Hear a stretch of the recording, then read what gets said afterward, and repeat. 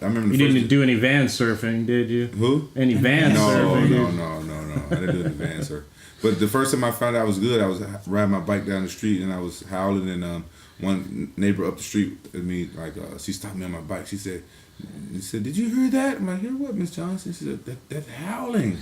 She says, "It sounds like a pack of wolves coming, and they're coming fast." It was some woods right down the street from at the end of right by my house. Her house was more up the street, you know what I'm saying, the other way, and my house was the last house on the street, and there's some woods right behind there. It's like a little cove right there. Our house was the last houses right there. So she probably thought the like dogs or something was coming out of the woods. It was like a couple of miles square. Did you miles. cop to it? Yeah, I told her. I said, "You said the howling like?" She said, "Yeah, they're coming fast." I said, "Did it sound real?" She said, "Yeah." I said, "Oh, that was me." She said, "That was you?" And she's like, "Oh, I'm relieved." I'm like, "Yeah." That's when I knew that's when the first time I thought, like, yeah, I know how to howl like a wolf. Then I just kept it up. My sisters used to hate me for it. So now when she see me fight on TV after I win, I howl and stuff like that. You know what I'm saying? I had to make fun of her. That's funny. Yeah, because she used to hate it when I used to howl. Hate it. My dog, she's running the house and pissing all over the floor, Rampage. Yeah. I like messing with dogs. Sometimes like you get a good reaction out of dogs. If you do a good howl and something like that, you get a good reaction out of dogs. What about the chain around your neck? I started wearing a chain when I was 17. My little brother gave me the chain because I was crap at wrestling. I lost 5 straight matches in a row, and my little brother said, "Hey, wear this chain. You might intimidate him." And I started wearing the chain. Then I went undefeated until like freestyle. Wow. Yeah. Think it had anything to do with it? I don't know. I think so. I don't know. I went undefeated, and so I just kept wearing the chain. It's that placebo effect. Yeah, that placebo. I think so. I went undefeated. It was crazy. I went undefeated.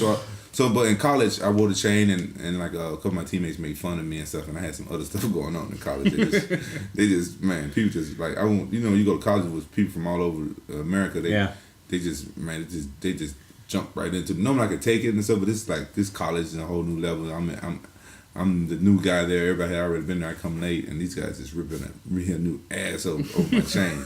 So I took the chain off, and I won one match in college and lost everything, and lost the other matches. I was like, where's that chain? Where did I put that chain? Shoved it into a trunk? Where did I put that chain? So I started back wearing the chain when I became a professional fighter. I'm like, you know what? These people can make fun of me all they want. Always been the same chain? No. The chain I wore in high school was smaller. You throw that into the crowd after? I don't know what happened. I'm not a sentimental person. Right. So I don't know what happened to my stuff. What I mean is like the last so many years, it's always the same chain. Like do you? No. Sometimes I give them away, give them to fans. So like, to me, it's like, but first the one in high school I had that one for years. That one meant something to me because my little brother gave it to me. Yeah. But I don't know where. I think I gave it back to him. I don't know where it went. It's been so long ago. Right. But now after the fight, I give the chain I wore. Like especially if I win the fight, I give it to somebody. Like if you lose the fight, nobody want that chain. I'll take it. So how did you get into the whole movie scene? What was your first role? My first role was in this movie called Bad Guys. I did a movie with this producer named Federico Lapinda. He used to be really involved in MMA back in the day, and after I got injured in a fight in Pride, I couldn't fight for a while. And this guy, he was a big MMA fan, so he knew it. And somehow Is it filmed in the U.S. or Japan? In the U.S. And he called me up, and he wanted me to do like a little small role in this movie. And you guys remember Tanner Zeus Lester? Yeah. Oh yeah. My wife just seen him at the gym Friday. Yeah. I was supposed to be like one of his henchmen.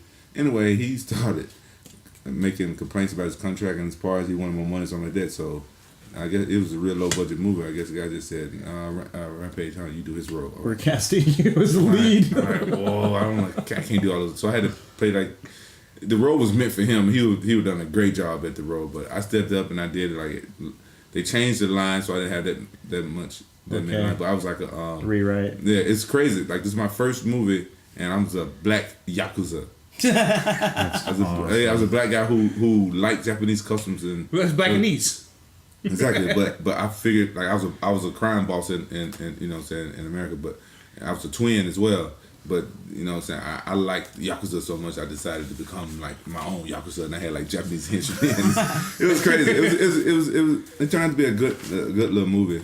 What's your biggest role to date for you? In your mind, what was the biggest role you've ever played? Well, the biggest role had to been Bosco, man. Okay. Yeah, that's I gotta say, not only have I seen every A-Team episode, but 2 years ago they played them back to back on Centric, and I watched every one again. So I set my DVR and watched them all again. The way they did this A-Team movie was kind of weird because it went way back to like Hannibal meeting BA in the desert, and it went to like meeting Murdoch for the first time. I think it was contradictory maybe to the story that I was always aware of, but that you know, but.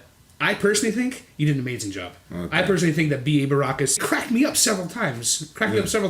See, this is what people misunderstand. Like I had dinner with the director the other day, and we always talk about A-Team and stuff. That's how we met. So he's a great guy. People call this movie a remake, but it wasn't.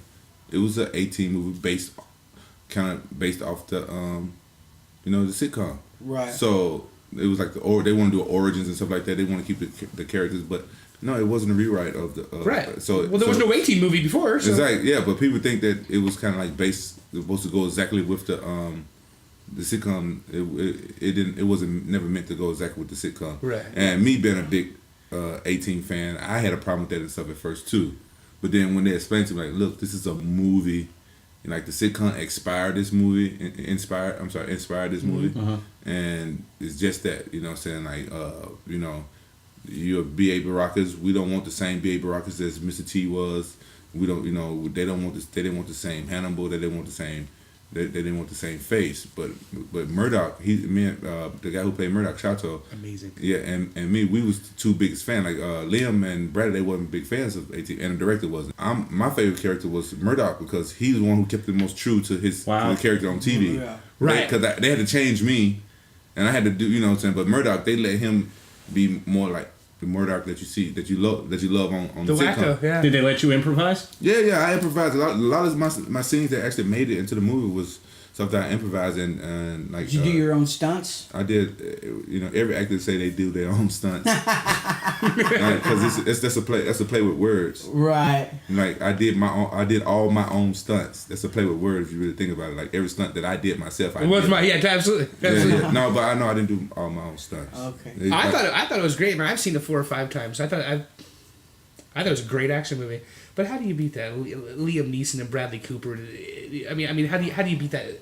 Those 4 guys in a cast. I mean, you can't beat that. And then the guy that played Lynch, I don't remember his name, but he's Oh, the guy that played Lynch. Oh yeah, I don't remember his name. He's got a TV show called The Gifted Man. He's a cool guy. I liked the movie. The third act was the climax was good. I liked the finish of the movie was cool. But there was one thing I was always anticipating, and we discussed this already.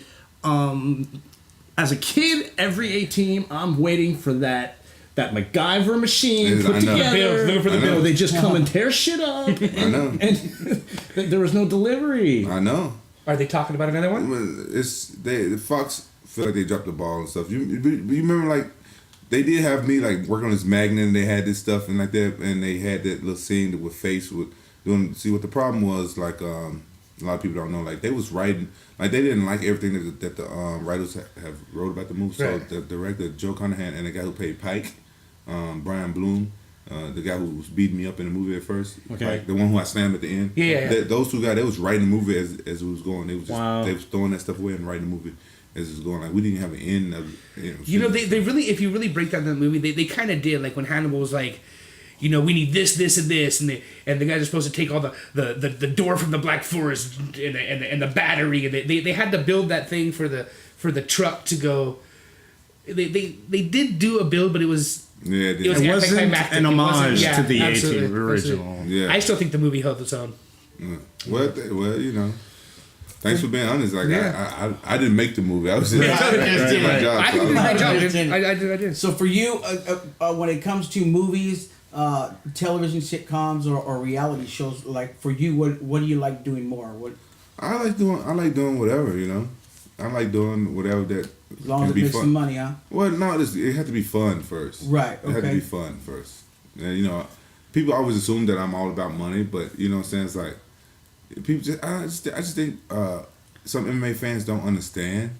Like, are you going to get mad at a doctor for going to go through all those years of med school and becoming to be a doctor because he likes saving people, but he also liked to have like a nice boat and a nice car and a nice house and stuff Well, as well. not just that. I like to support my family. Yeah, exactly. And I like to support them in a really nice house and a really nice boat. Exactly. You know? Exactly.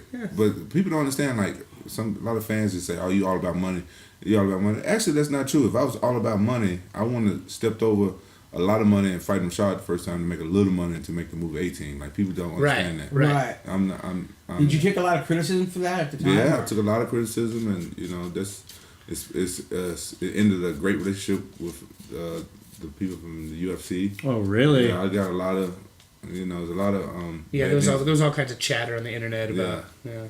So when you're not training or you're not in camp or you're not getting ready for a fight, like what do you do like on your daily basis? Like probably play video games, and hang out with my kids. So now see that's perfect because people don't want to criticize you money. People don't want to criticize you. Oh, are you making the movie? Are you ducking Rashad? Whatever their excuse may be. I'm a dude that lives in the house. It's got kids. That's what I do. Right. I do what you do, dude. I don't. Yeah, a lot of fans on Twitter and stuff. There, a lot of fans. I don't go to the MMA websites no more. It's been like over 10 years since I went to one of those. It's too big. It's too big. And there's just too many haters. Like in America, just a lot of haters. Like it probably be haters everywhere. Japanese, it's probably a lot of Japanese fans as haters, but you don't know because I can't read Japanese. Wow. You know what I'm saying? So, ignorance is bliss, man. Yeah. So but I just know in my own country, it's just a lot of haters, and like right now, MMA has a lot of new fans, and they don't know shit. I call them sheep. All they know is what the UFC tells them. Right. Like the UFC tells them I couldn't make weight because I wasn't training hard, then that's what they think. Wow. They don't know I didn't make weight because I was injured. Right. I still, That was his last fight. It was like the first time you ever didn't make weight. Yeah, and the injury that I had. How are your knees, by the way? I had surgery. It's going good. I'm doing my left knee soon, but my right knee is going good. I'm rehabbing. I'm great. Nice. Good. So it just gets up under my skin. So that's why it's like I just stay away from it. That's what it actually turns me off more and more to the whole MMA scene. Just I know I have a lot of good fans out there and cool fans, but sometimes the good guys suffer with the bad. That like what I said about energy. It's like you can have 100 people say something nice about you. Then you have one person say something bad. That one bad. They get to 150 people though. Right, but that one bad thing that person say about you gonna stick in your head. It's gonna cancel out all those. That reminds me of Most people, you know what I'm saying. The last show, I started it off with an email my mom had written about how I'd done the show, and it was an itemized bullet pointed email about what I need to change. Mm-hmm. And he's still dwelling on it. There was plenty of complimentary parts to it, but the few things that she pointed out, they stick with you. You know? And we had a long talk last night about I'm really excited about tomorrow. I get to interview Rampage, and I hope it goes smooth. And she's like, give me advice. I'm like, well, I'm a little nervous because you got me on my toes. Yeah, like we're perfectionists. Like I think most human beings are perfectionists. If you really care, you really passionate about something, you're gonna be like that, right? Yeah. So it's like really, it's not wrong, but at the same time, it affects you. You know what I'm saying? Like you passionate, like me, I'm passionate about not getting my ass whooped. So when I get so when I get my so when I get my ass whooped and somebody say one thing, I'm like, you motherfucker, like 'cause people don't know, like people think, oh, he making excuses. Like I got an excuse for every time I get my ass whooped. I do. Well, because there's a reason. Yeah. You think they want to call it an excuse? Yeah. So it's just like that's why I came back and I been trying to beat people who beat me up in the past and stuff like that. Like Dell and Silva. Yeah, well, Dell never beat me. Oh, that's right. Like Dell, you beat in Pride. You get it right. You get it right. Pardon me. You had to knock Vandalay out. I had to.